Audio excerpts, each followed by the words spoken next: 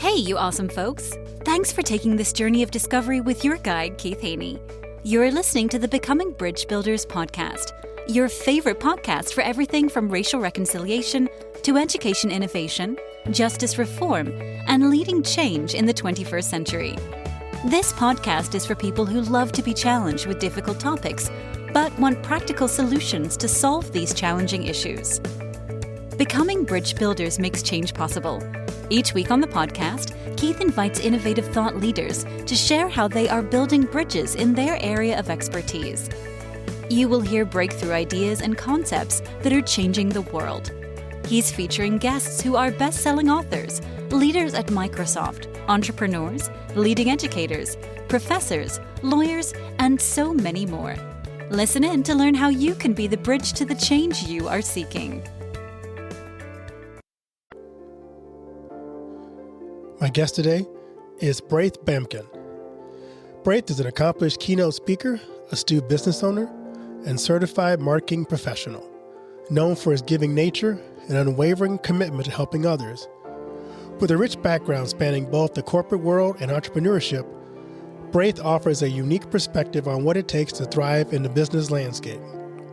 Having supported over 2,500 business owners across a plethora of industries, including trades, finance, IT, and property, he has developed a deep understanding of the challenges and opportunities faced by businesses of all sizes.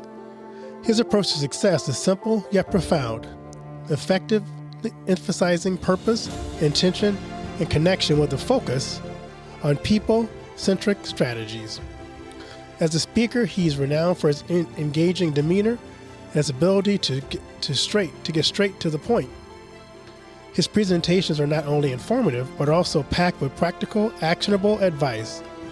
He draws on his extensive experience, particularly in leadership, marketing, and business development, to provide audiences with the tools and knowledge needed to make a tangible difference in their ventures.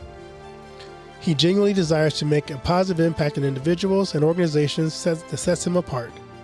Whether addressing budding entrepreneurs or seasoned professionals, his insights, fueled by compassion and expertise, make Braith an invaluable addition to any podcast.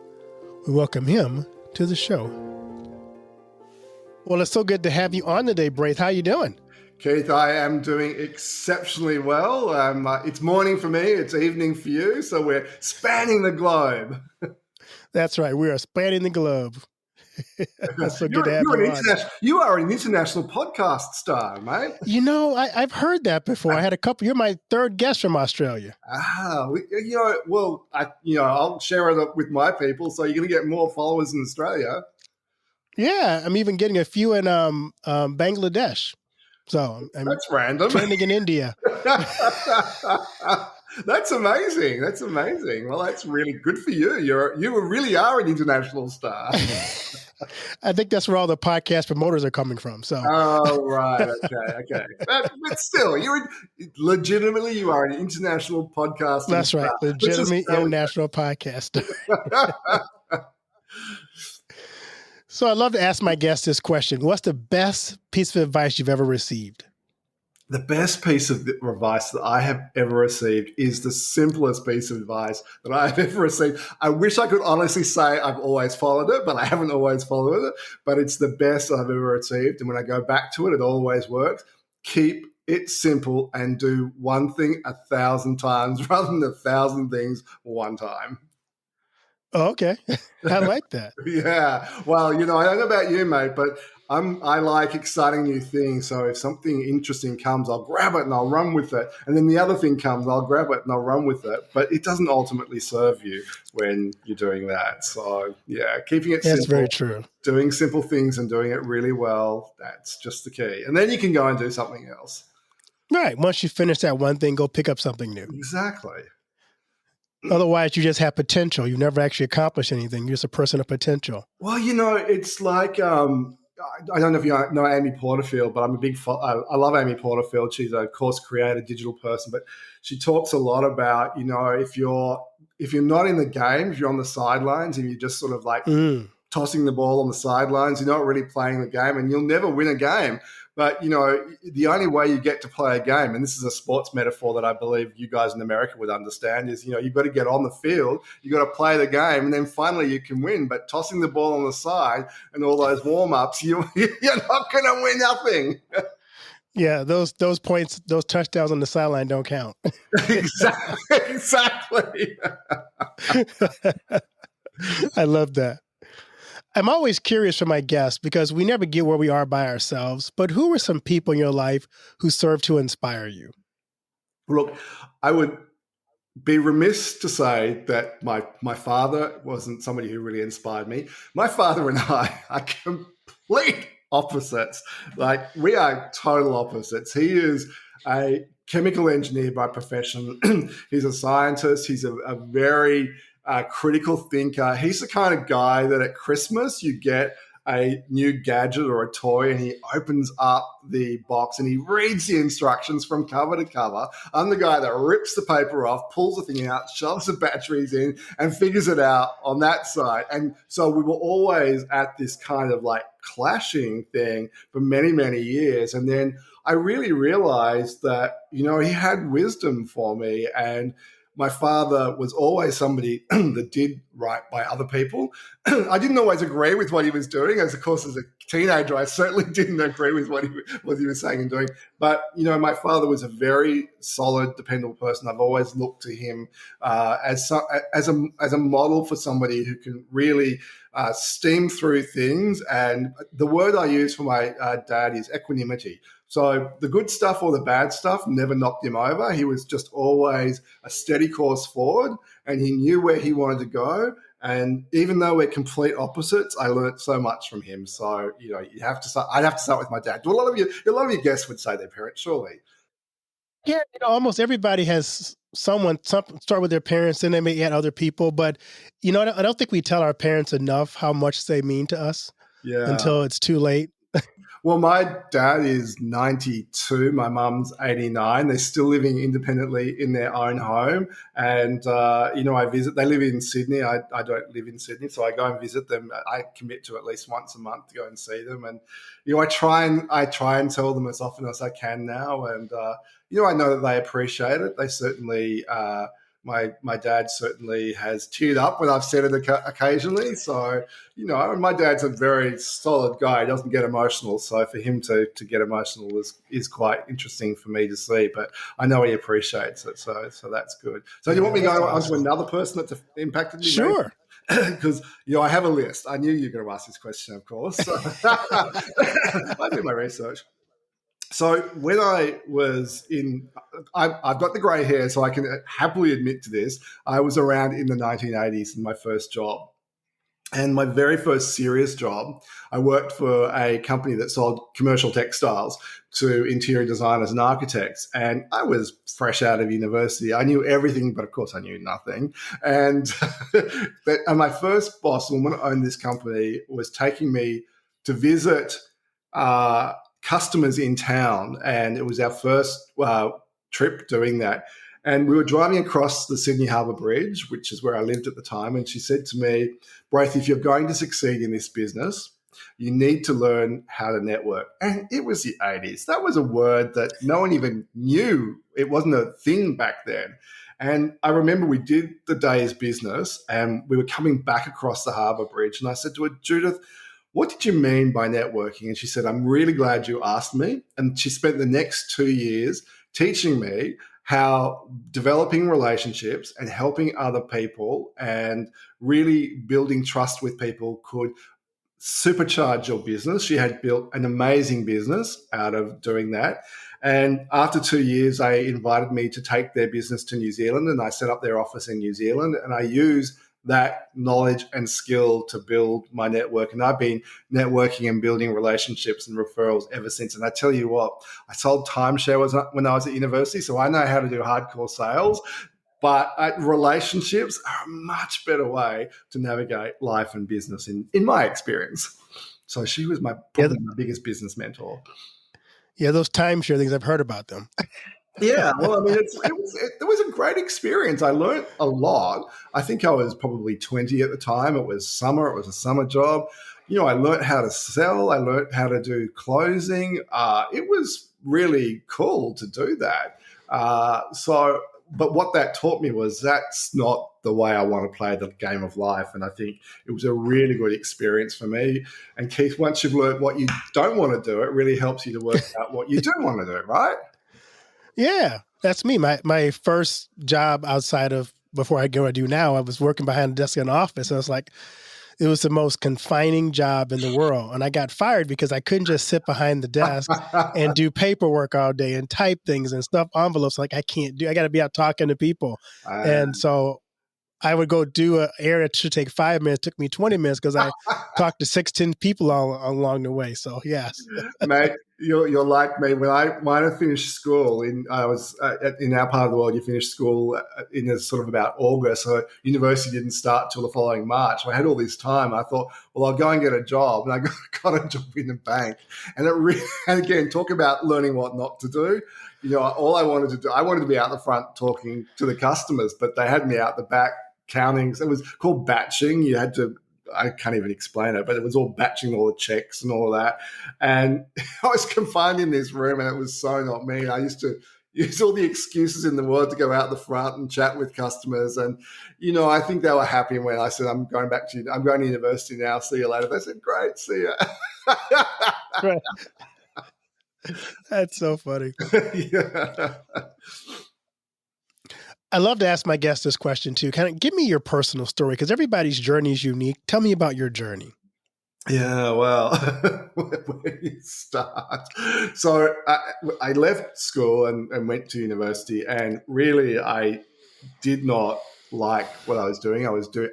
My favorite subject at school was geography. So I went and did an arts degree in geography. And then I was into year 2 and I'm thinking, what am I going to do with this? I'm going to work for Stats Australia, or this was not going to work. So I dropped out, and I went and worked casual and did some stuff for a couple of years. And I went back to university and I did an organizational psychology degree, and it was the best thing I ever did. Taking that 2 years off, I worked in hotels and hospitality, like young people do. Great time, had a really good time. But I came back and I was really purposeful and really intentional. And so that's how I got into marketing was my area, and the textile job sort of fell into that through circumstance. And, I went and did a master's in marketing many years later. And I thought I would go back into the architectural supply industry, but something random happened, as is apt to happen on our planet. And I got asked to go and work for Nokia. At the time when Nokia was really cool, remember those really tiny 3 series phones? So I was there when that stuff came out, and it was groundbreaking. Today we can't comprehend what that's like, but back then, those phones blew people away. They had no idea that we could do that stuff. And there was a game on it called Snake. I don't know if you remember. It was a very basic game. We had an entire afternoon training session on how to play Snake. Like, the kids today would just not believe that. And then what they wanted us to do was to go out into cafes and be out in public and play Snake. This was my job. Like, I got paid to do this. Play Snake in cafes with the sound up really, really loud, so people would come and ask what we were doing because no one knew this stuff. And we'd show them the phone. It was like being a brand ambassador. And it was so cool. But anyway, I'm digressing there. So that was my techno world. So I worked in telco for quite a number of years. And then, I got an opportunity to take a redundancy. I'd been at this company for 3 years. They offered me a ridiculous amount of money. They said, you've only just moved into your new role. I'm sure you don't want to take this, but, we're offering everyone redundancy because they'd merged 2 brands. This is the number you get, but I'm sure you don't want that. I said, where do I sign? And they were shocked. But I took it. I was state manager at the time. I took it and I ran, and it was fantastic. But it got me back to Australia. I had a holiday for, as you do with that sort of money. I came back to Australia, and I got into a mattress business. They were franchising, so they wanted somebody to run the sales and marketing. And I ended up buying one of those franchises. and I still was the national sales and marketing manager. But with that franchise, I joined a B&I networking group, and that changed my world. I had been networking for years, but I never really had that framework around it. I don't know if you know B&I. It's the world's largest networking organization that's been around for 38 years. It's an extraordinary organization. It's from the States. And I became a member, and I'm cutting it short. I was really successful. I loved it so much. I decided to buy the Melbourne franchise, and I've been doing that for the last 15 years. And honestly, it changed my life. It brought me into the speaking world. It brought me into writing books, creating courses, meeting the most amazing people. And if you'd have said to me back in the 80s, when Judith said to me, networking will change your life, if you'd have said to me I would own a business that is all about networking and referrals in my 50s, it wouldn't have even been a thing I could have comprehended. So isn't it funny how life kind of brings you around?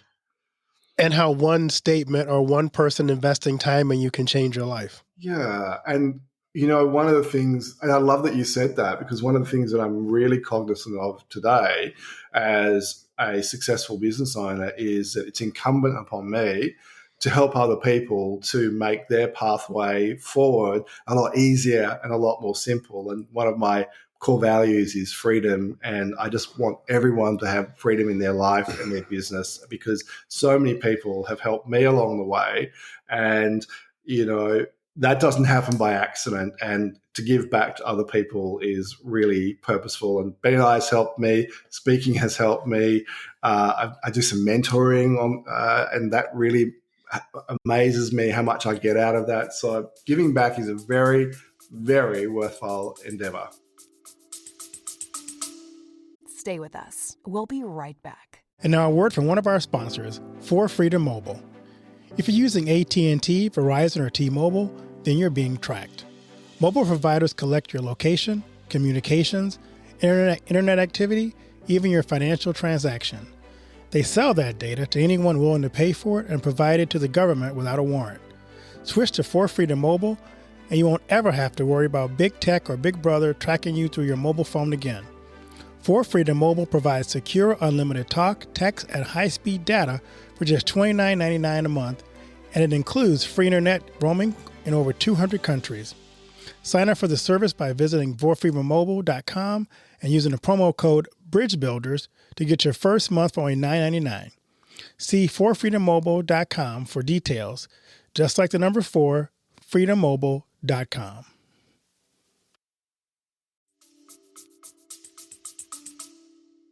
That's great.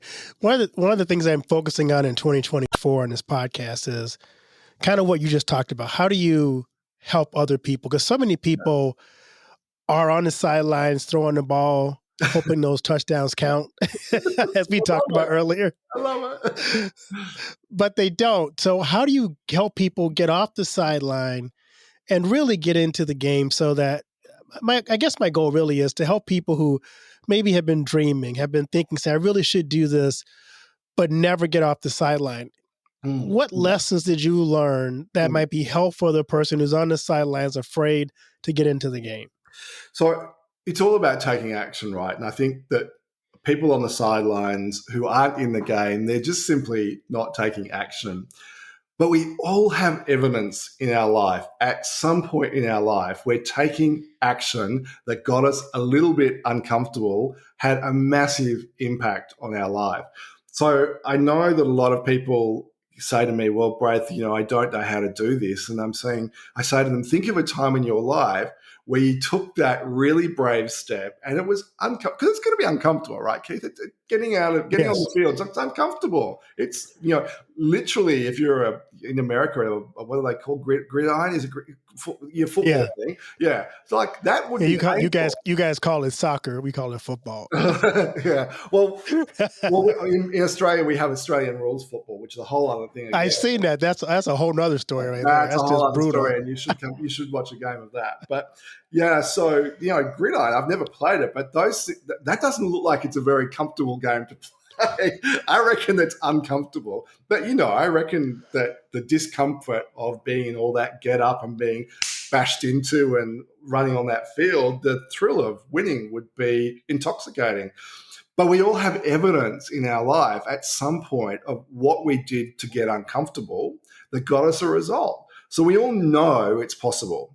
So I think that's the first step is people don't believe that it's possible, and they can't correlate things in their life that have happened previously that demonstrate to them that, yes, I can do it. So once you get that in your head, yes, I can do it. I have evidence because at school or at university or my first job, or, at that time that you asked that girl or boy out for that date that you were like freaking out, they'd say no. And they said yes. So like, that is evidence that when you get out of your comfort zone, great stuff can happen, right? So we have the evidence. So that's the part that I think people on the sidelines who keep practicing forget that we actually have the evidence. So, and what's the worst that can happen, Keith?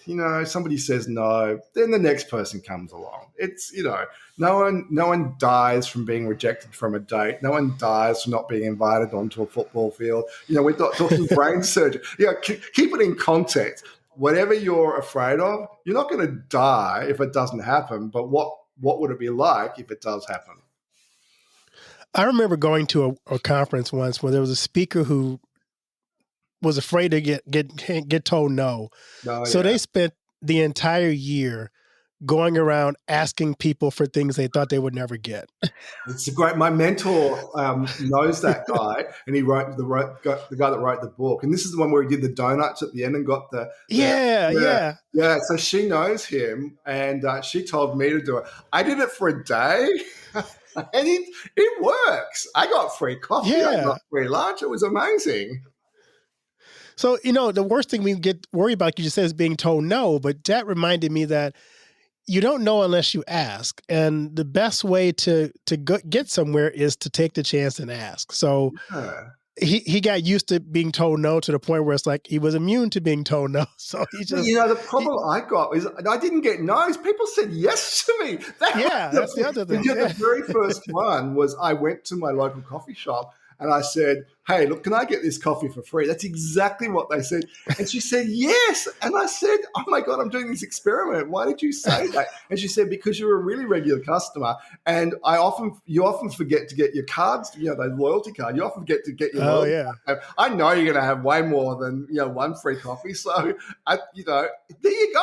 The very first one I asked, she said yes. I'm like, oh my goodness, now I'm in for it. I have to go back to my mentor at the end of this day and tell her I got all these no's, but I'm getting yeses. And I mean, I got some. Yeah. Mostly I got yeses, and that really freaked me out. When she did it, she had a contractor coming to her house doing renovation, and she had a quote for windows, and I think it was something like $80,000 or $90,000.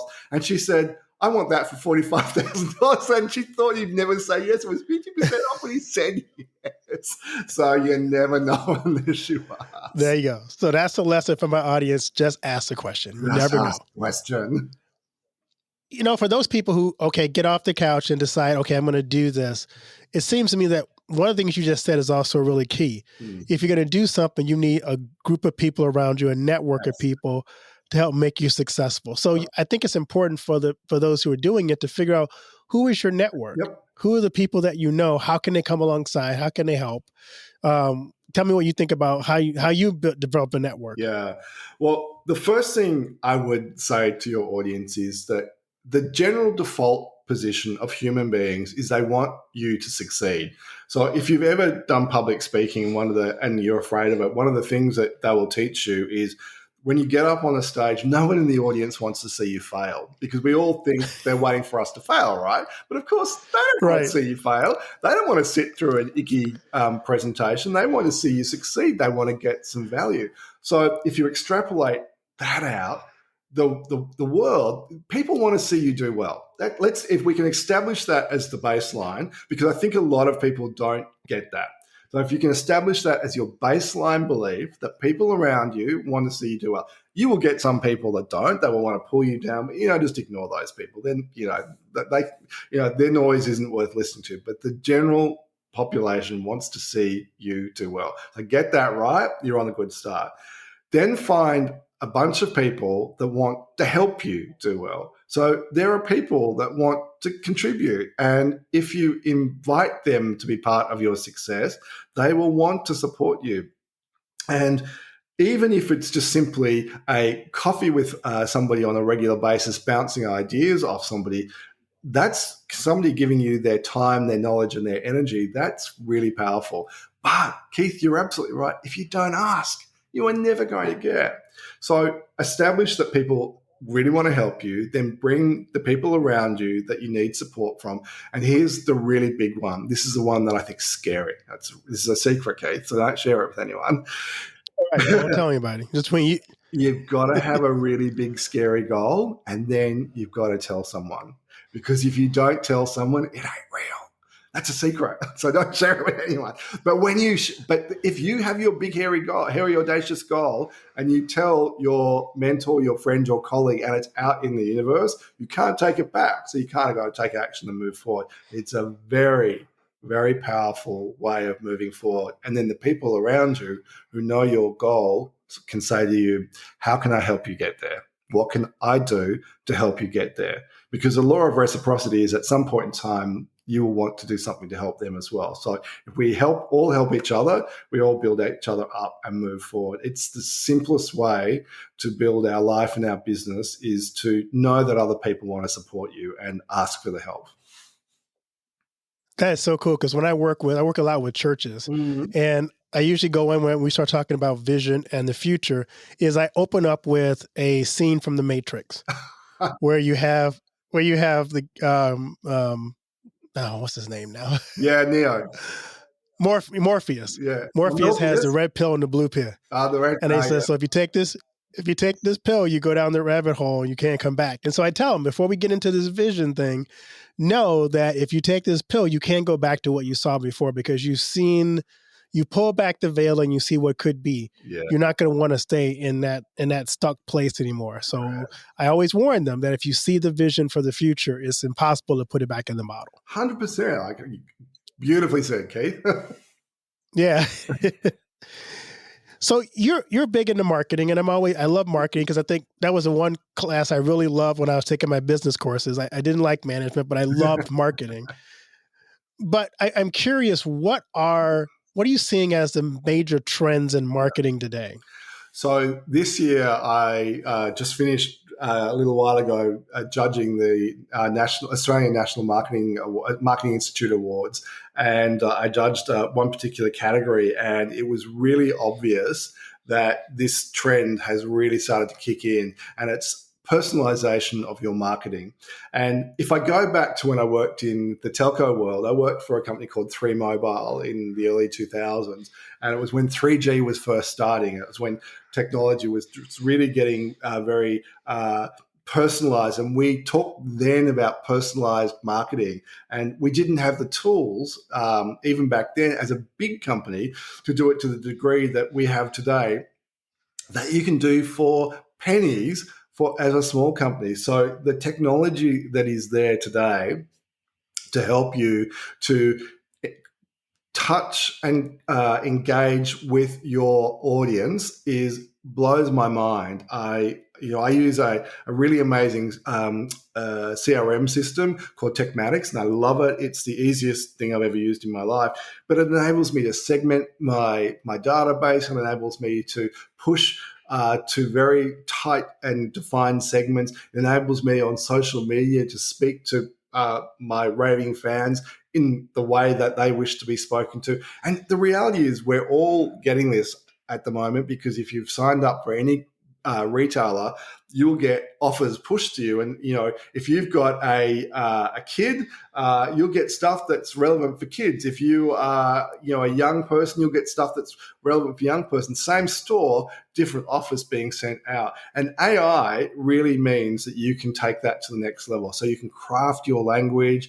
The language can be crafted directly to you. It's almost like they're speaking directly to you. And the reason why I see this is a massive trend is that even small businesses, so the businesses that you help in your world, would be able to speak directly to that avatar, like as if it was you speaking in their head, solving their problems, because all of our businesses are simply solving somebody else's problems, right? That's what all we are doing, Right. all we exist for.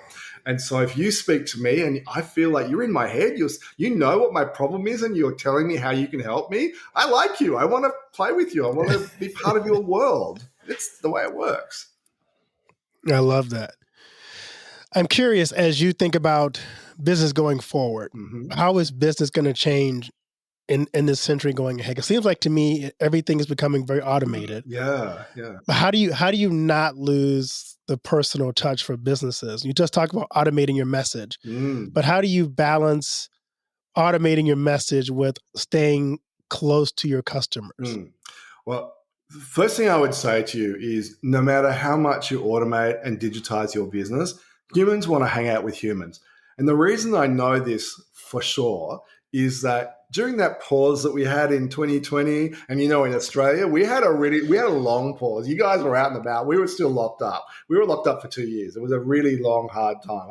I don't think people in the States kind of realize what we went through. So we were very confined for a very long period of time. And then the minute we were allowed out, people just wanted to go and hang out with their friends. So we had restrictions, but we were allowed to go out and hang out with groups of 6 people in parks. And in my local park, you'd see groups of 6 people everywhere. So the minute we were allowed out, we started connecting with human beings. And as the restrictions started reducing, we got to bigger and bigger events to the point where people were going out to restaurants and parties and pubs and that. And that is how I know that human beings, no matter how much we live in the digital world, still want to play with other human beings, because there's nothing more powerful than being in the presence of another human being. I love that. So, Braith, if you're talking to a young entrepreneur who is just getting started or a young professional, what advice do you have for them? Keep it simple. Keep it really simple. So I start with that. So, start with something that's achievable, but be really clear about the problem that you are solving in your business. So this is where I think most businesses really fail. You hear the stats of small businesses failing. I don't know what they are in America, but, I think in Australia, it's 2/3 of businesses fail within their first, 3 years. So it's a really high fail rate. And I don't think it's because of lack of cash flow. I don't think it's because of lack of business acumen. I believe it's because people don't clearly understand the problem that they are solving and the ideal customer that wants to have that problem solved for them. Because if you know the problem you're solving and you can speak directly to the customers that want that problem solved in the way that you do it, and there is a person that is really, really, really wanting to have you be the person that solves their problem, it's a matter of you connecting with them. But the clearer we are about that, and this is marketing 101, be really clear about your target market, but narrow it down, niche it down, smaller and smaller and smaller, because unless you've got the budget of Apple, you can't market to everyone. You just can't. So keep it really small, keep it simple, keep your message really on brand and really simple, and your tribe will find you. And as you evolve your business, your tribe will come along with you for your journey. Because if you've got your values really clearly stated and everything you do aligns with your values, it's job done. I remember hearing a story about how Apple does its business, and I found it fascinating because it was actually Simon Sinek told this story. He's like, I was with Apple in the morning, and they showed me their new iPad. And then I was with Microsoft employee the next day, and they showed me their new Surface Pro.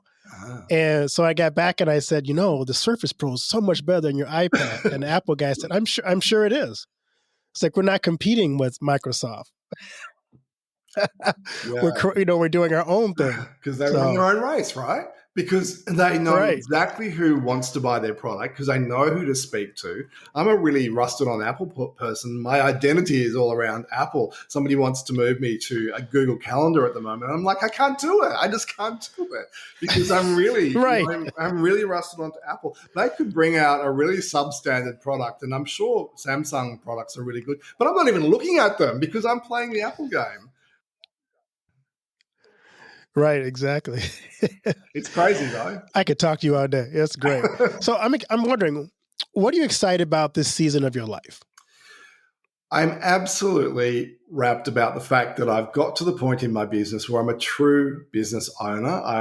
I'm not an employee of my own business. So, I'd love for people in your audience to understand the difference. So being an employee of your own business means you're basically working at, I'd say 9 to 5, but we all know as a business owner, that's more like, 7 till 12. Like 12 midnight, not 12 noon. So, Right. 12 noon, right. yeah. So you start out that way, but I'm not playing that game anymore. I've moved, and I have a lot of people on my team. I have amazing support people. And this is a really cool tip for your particularly young entrepreneurs. Get an organizational chart out now and write down all the roles, including cleaner, including delivery person, and fill out the names of people in those roles. And guess what? At the beginning, your name will be in every single box. And then, right. and you're doing everything. Trust me, you're doing everything at the start. And you're like, oh my goodness, how will I ever change this? But over time, when you start to cross off your name and put somebody else's name in those boxes, that's when you start to move to become a business owner. And when your name is the name that is on the side, not in the chart that's doing, but the strategy and the drive, then you really become a business owner and you have freedom to do what it is that you want. And this is how I get to be on podcasts with you, talking halfway across the world and hopefully sharing things that help other people in their businesses, because I've built that business for myself and I give myself the freedom to do stuff like this that fills up my cup and I hope helps the world move forward in a positive and constructive way. That's great. With that in mind, what do you want your legacy to be? Yeah. I often think about, do I want big... when I was younger, I used to want to be famous. I wanted my name in lights and all that sort of stuff. Now, what I want my legacy to be is that people believe that I left them in a kinder, happier place. I think I truly believe this is not a word people use in business very often, but I believe love is the point of everything. Love underpins everything on the planet. And, without going outside of the business world, love is really what drives everything. And a guy called Steve Farber wrote a really good book about, love is not a word you hear in business very often. And honestly, if you can make somebody else's life that little bit better and you can show compassion and kindness, that's all that I want to have my legacy to be, that I've somehow touched other people and lifted them up and made their life easier and better because I was in their life. I love that. Is there anything I haven't asked you that I should have asked you? Oh, goodness. How much time do you have? No, I think you're a good interviewer. I think you've done a really good job and you've done your research and I love it. So, yeah. No, I enjoy having you, and I enjoy having on people who have achieved success, who are willing to share what they've learned to other people. So often you get to the top and you go, well, I got here, you figured out on your own. But to have people who are willing to pour into other people is just, to me, inspiring. And it says a lot about the person that's willing to do that, to pass down what they know to somebody else. Yeah. Well, here's the thing about human beings is all of our thoughts are energy, and that's a scientific fact. So every time we have a thought, there's a little electrical charge that goes off in a synapse in our brain. And we know that human beings are energy because you walk into a room and you can say this is a good vibe or a bad vibe. So we know we have the evidence for this. So I know that when we are giving off good energy and good vibrations to the world around us, good stuff happens. So good stuff happens to good people. So you're a good person first. Good stuff happens to me. Bad stuff doesn't really happen to me because I really believe in the best in other people and I see the best in other people and I want other people to succeed. And I think that's a really great place to be in life. And then it comes back to you, no matter how much I help other people, Keith, it seems to come back to me tenfold. I'm like, oh my goodness, I've done this, but this has happened. It's amazing. I need to give more. And, it doesn't have to be money. I mean, I give money because I think I can, but it's really the heart stuff that is really what matters. Yeah, that's special. Where can people find your website and connect with you on social media? Well, I have a really unique name. Like Braith Bamkin meant that my website was available, braithbamkin.com. And Braith Bamkin is available on all the social medias. So I'm super, super easy to find. So I'm very lucky. Thank you to my parents for that. So I really appreciate that. They didn't know it back in the 60s that I was going to be able to own all of my websites, social media, and it was going to be really easy. So I'm super easy to find on social media and on the website. Just Google me. I come up with kilometers of stuff, so that's great. But see, now that we've talked and my podcast is going global, Braith is going to become the new baby boy name in 2024. So. You know, it's really funny that there are people. In Australia, there's a game called Rugby League, and it's mainly a New South Wales type and Queensland type game. And there's a guy called Braith and I, and he's like 40, and I'm like close to 60, and people say to me, "Were you named after him?" I'm like, it could be his dad. I reckon it might be the other way around. There you go. So, now people know it's a rare name, but now people know it because there's a football dude in Australia. There you go. Well, Braith, thank you so much for taking the time and being on. And it is definitely an honor to talk to you, and blessings on the work that you do and how you pour into people. It's just, to me, it's inspiring. So keep up the good work. Keith, thank you for being an amazing host. I really appreciate it.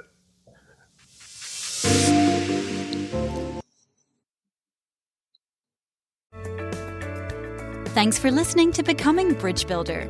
If you enjoyed this episode and want to help support the podcast, please subscribe and share it with others. Post about it on social media or leave a rating and review. To catch all the latest from me, you can follow me on Instagram @bkeithhaney and on Getter and Twitter @revheadpin or on his website at alightbreaksthrough.org. Thanks again, and tune in next time. Do you know that most entrepreneurs hit a revenue ceiling and have no idea why? They're working harder, spending more money, running more ads, but revenue stays flat. My friend Dr. Noah St. John calls this the invisible break. He's giving our listeners a free revenue ceiling audit to help you see what's really holding you back. You'll get a free 30-day membership to Noah Bot, giving you access to Dr. Noah's 30 years of experience to help you reach your next level. But hurry, because there's only 50 available this month. So if you're tired of being stuck at the same revenue level and want to finally break through, get your free revenue ceiling audit at drnoahvault.com in the affiliate link that'll be listed in the show notes. Thanks for listening to Becoming Bridge Builder. If you enjoyed this episode and want to help support the podcast, please subscribe and share it with others. Post about it on social media or leave a rating and review. To catch all the latest from me, you can follow me on Instagram @bkeithhaney and on Getter and Twitter @revheadpin. Thanks again, and tune in next time.